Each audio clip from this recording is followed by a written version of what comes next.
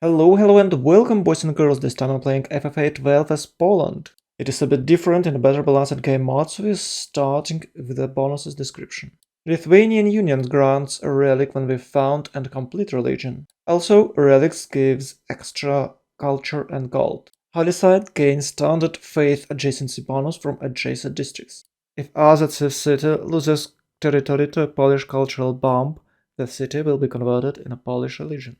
Golden Library gives Poland cultural bomb with encampments and forts. Also, one military policy slot transformed into wildcard policy slot. We also have Bingat Hussars, which basically early game cuirassiers but with extra steps, and amazing Sukonnitsa, which gives extra production to externals and extra gold to internals trade routes. I find myself in superior surroundings. Diamond, bananas, tutu base, mountains to have a good holy site adjacency bonus. I'm playing standard opening for a religious 2 for the 6 production. Double scout, settler, holy site. And just in a few steps of capital we have nice flatlands. With the BBG Lady of Reeds and Marshes Pantheon we can transform this territory in productive region. Also reworked Warter Mill grants extra production on farms, so we'll have 3 tiles in no time. I found Yosemite nearby and got Eureka for astronomy. It would be nice to replace the holy site right now, which I didn't. It appears that Poland was the most economically developed country in the world 3k BC. You can use both brown policy cards right away, boosting your economy to the gods. I did plenty of mistakes and it is one of them. I bought an extra tile without checking adjacency bonus first, so I had to buy another one to build +3 holy site, which grants me extra era score.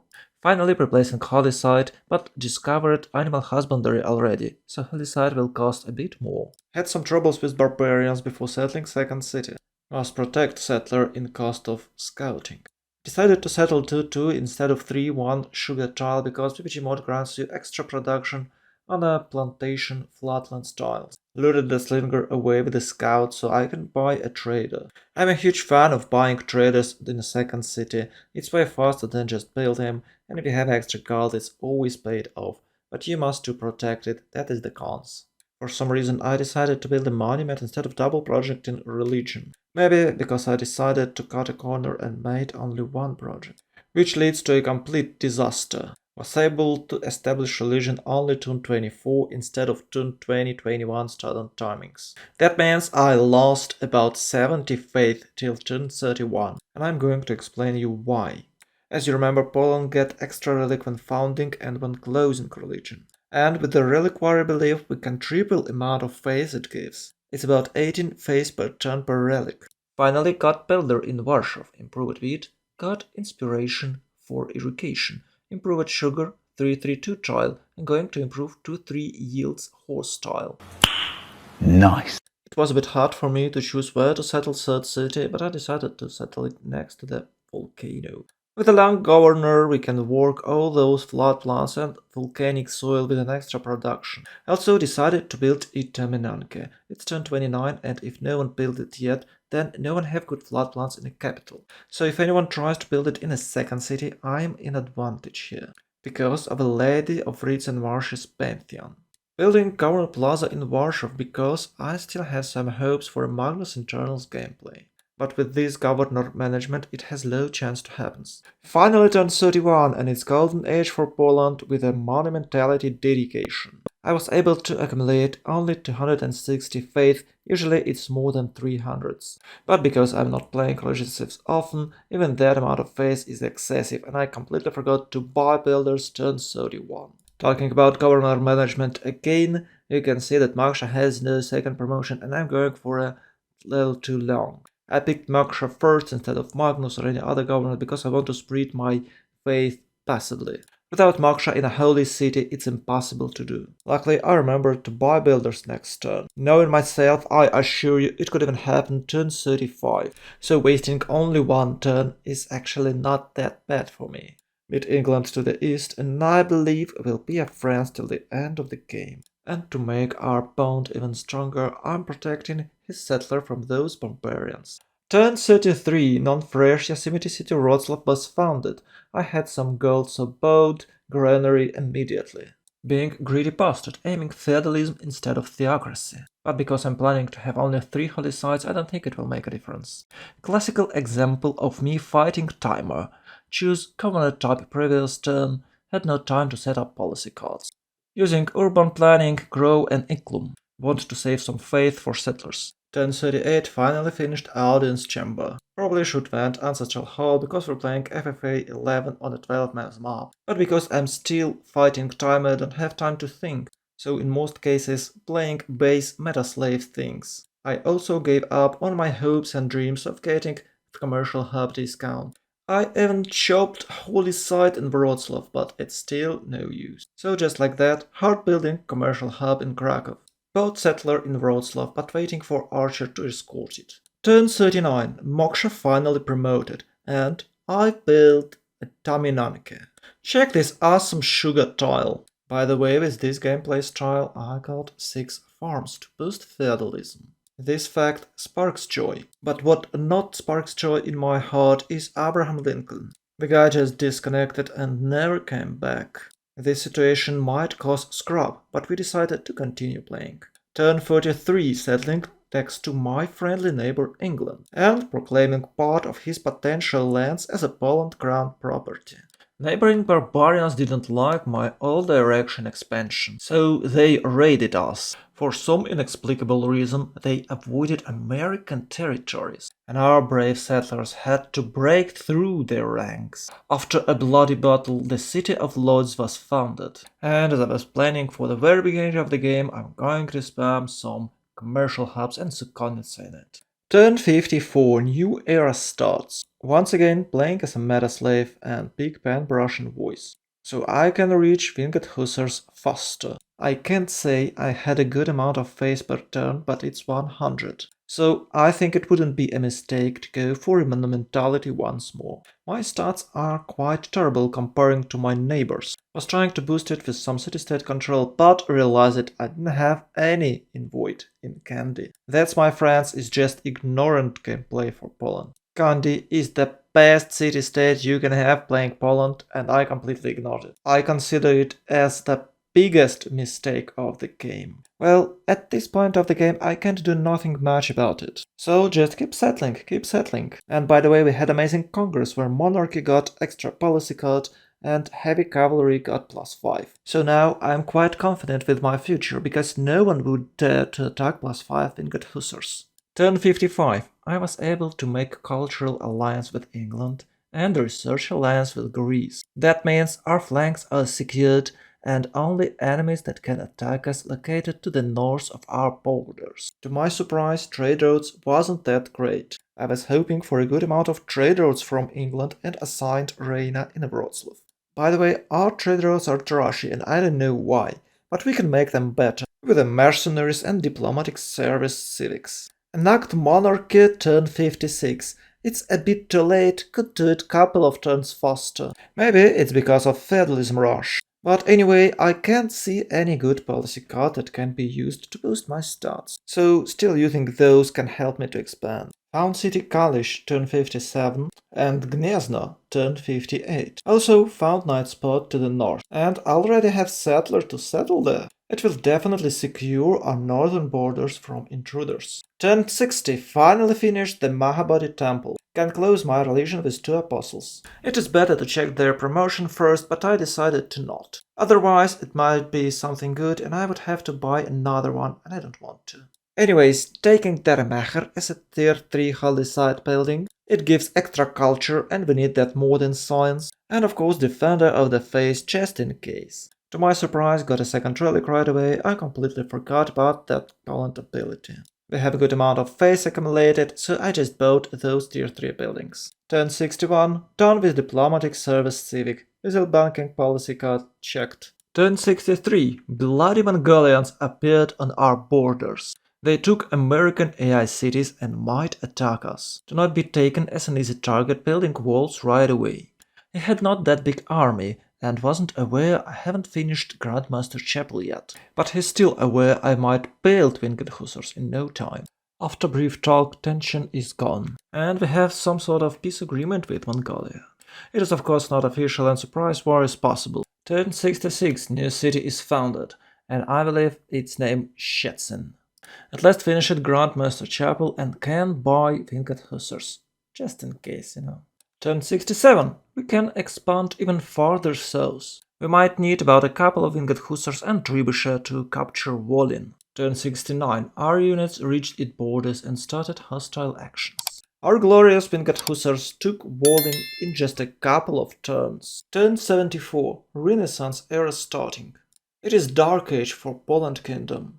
I'm not sure what dedication is the best, so decided to money mentality. For a trading chiefs, it's better to take reform the coinage. I had 9 trade roads, so I thought that I might build more than 9 districts during the next 20 turns. I had not that many trade roads, but I had even less good trading partners. It appears that England was trading with Mongolia by sea, completely ignoring Poland's commercial potential. It was disturbing, but more disturbing thing was Congress session. Some of us was trying to keep tradition and planned to ban coal power plants, but our opponents got more voice and now we have to rush industrialization to keep up our English neighbors. The biggest problem here is that I don't even have industrial zones in most of my cities, unlike England, who already finished factories. And even worse, some of our cities didn't even have a campus built. It is necessary to speed up our growth. To solve this problem, I decided to spend all my gold on a building buy. Of course, the most economically profitable building is the Konnica. And the trade route, of course. External trade routes will massively boost our new city's development. Turn 77, Kingdom of Poland started massive industrialization. But it is hard to find some good spot for factories if you are hardly agrarian chief. It was hard to find good spot for industrial zone not breaking any farms. Our cities needed that farms because otherwise they might stagnate. But we had no other option. Even successful farms were destroyed. At last, turn 79, we got our first coal power plant in Lublin. By turn 81, every single city was working on industrial zones. Only, of course, if it can fit industrial zone in its district limit. At this point of the game, the war is going on the opposite side of the globe. People was tired and decided to call concede. And all those who was playing passively till now must act to secure or to advance their scoreboard position. One of those players is Greece. Turn 88, we started first lab in Poznan. I opened chemistry a bit earlier but couldn't start labs before finishing previous task. I was building sewers. Our goal now to max out science and get +5 amenities in all cities. And of course we're lacking 12 points for heroic age. My plan was to build some wonders, and it's failed. The only wonder that is left is Zimbabwe. As an alternative source of era score, we might use biplans. The only problem with this plan that we haven't discovered oil yet, so we had to borrow few of oil resources from our good neighbor Queen Victoria. And just like that, heroic age started with the help of a red baron. It appears that I didn't even need that pipeline buyout. I got 109 points with other different historical moments. Turn 94, heroic industrial era starts. Reforming coinage, heads of steam and to arms is common setup. But I was thinking maybe I can use Higgs and Draconis. With that dedication you can spam some 4 pop cities that will boost your score. But I decided not to play that way. We're still having potential rival to the north of us in a phase of Kublai Khan Mongolia. It is turn 94 and I'm late with all possible timings, but I'm constructing encampments and military academies in it. It is not only for units construction, but to get extra oil. With a BBG mod, military academies grants you 2 oil per academy. And since we're having a lot of electrified buildings, coal won't be enough. So we'll use that extra oil to supply our oil power plants. Unlike normal theocratic Poland, I was using Merchant Republic. As you can see, I was trying to max out science and culture income. And for a late game, you should always aim for ecstatic amenities bonus. That is why you need +5 extra amenity in each city. Turn 96, we had another unsuccessful concede voting. And as you can see, I lost my rank and now I'm on a 5th place. Trying to figure out how to pass Greece and get back my 4th place. And the solution is simple, spam some cities, spam some wonders and get extra great persons. Greece having 45 points for those guys, and I'm only 12. By the way, we had quite interesting Congress resolutions. I don't think that anyone can reach cultural victory this time. But extra true level for a siphon found spy operation might be quite useful. But the problem here is that not only I can steal from Mali, but my gold can be stolen as well. Getting back to our amenities problem, one of the best solutions for this are national parks. And of course, water park is another great solution for amenities problems. But unfortunately, cities that have pre-requirements for that district can't build it. So democracy and the New Deal policy code is our only hope. Of course, Treat said you must build 2 field cannons and get 3 cores, which I'm doing right now. Having a railroad on your territory is crucial for your externals. You'll get more gold from traders who are moving by railroads. As I was mentioned earlier, we must spam some wonders, so I built Chichen Itza and Mont Saint-Michel, destroying that amazing 3-1 marsh tile. And of course, we're going to have that useless late-game expansion. We can also assimilate second city-state with the Stamford Raffle. By the CPL rules, you can conquer only one city-state. Turn 102. Toronto was founded. I don't really need to grow that city up, just some territory, city itself and a couple of pops in there. With all that actions done, I got more points than Greece by turn 107. And somehow, most likely because of England aggression, I am now on a 3rd place, which is amazing. But that means that I have to secure my position even harder.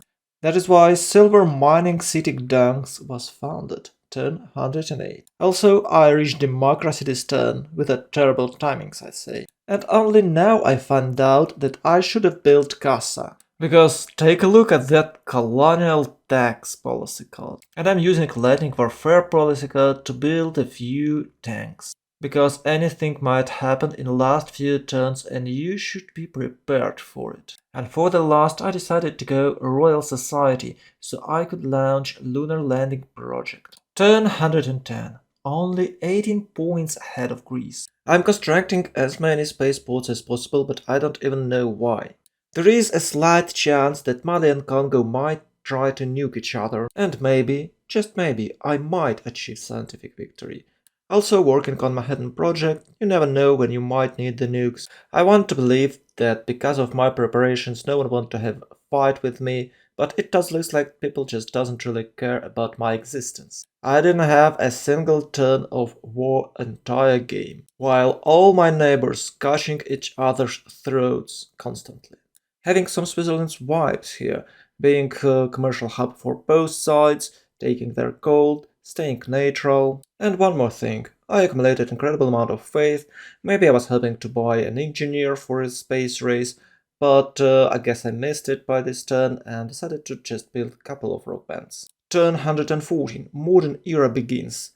I was thinking about taking head of steam, but I don't really have good adjacency bonus for my campuses, so I decided to keep reform the coinage, because gold is always needed. Congress resolutions here was quite awesome. I was thinking that I'm voting for a cheaper thermonuclear device, but it looks like I was wrong. The plan was to give those leaders a boost so they can nuke each other. And I wanted to have some free nuclear devices, so voted for England, but my plan failed. And only after this crucial congress I discovered I have no uranium at all. In the BBG mod you got +1 strategical resource when you're discovering the tech providing this resource. So with a +1 uranium per turn I can't afford any nuclear devices. So decided to boost my science with a thermonuclear plant. At last finished spaceport in Lublin and want to prove them wrong, launching satellites so Polska can into space. Turn 116, keeping trader next to Zanzibar so I can consume it. But in general, England almost achieved scientific victory. Polska is joining space race as well with a satellite launch. We can finally check entire map, but I believe it's way too late for us. We're having a couple farewell concerts in Greece, checking those level 4 GDRs Mali owns, but everyone aware that this is the last turn. Map generator did it again, placing China on this tiny peninsula where it was easy prey for England. That explains how he got that big. He also attacked Russia and took a couple of cities there. I bet he had an amazing game unlike me, who who was just simming and trying not to die. But anyway, it was my second CPL multiplayer game, and I'm happy that I could get 3rd place and a 65 ELO rating. Well, that's it, boys and girls. So what do you think about this video format? Do you like it? If you do, please like and leave a comment below. Don't forget to subscribe and share if you haven't yet. All these actions will help video to grow and more people will watch it. If you're new to this game, you can check my guide for the beginners or other guides on how to play Rome, Khmer, or how to play at District Discount. This will significantly increase your skill. I'm grateful for your attention. Sending some positive vibes. Much love. Have a nice day.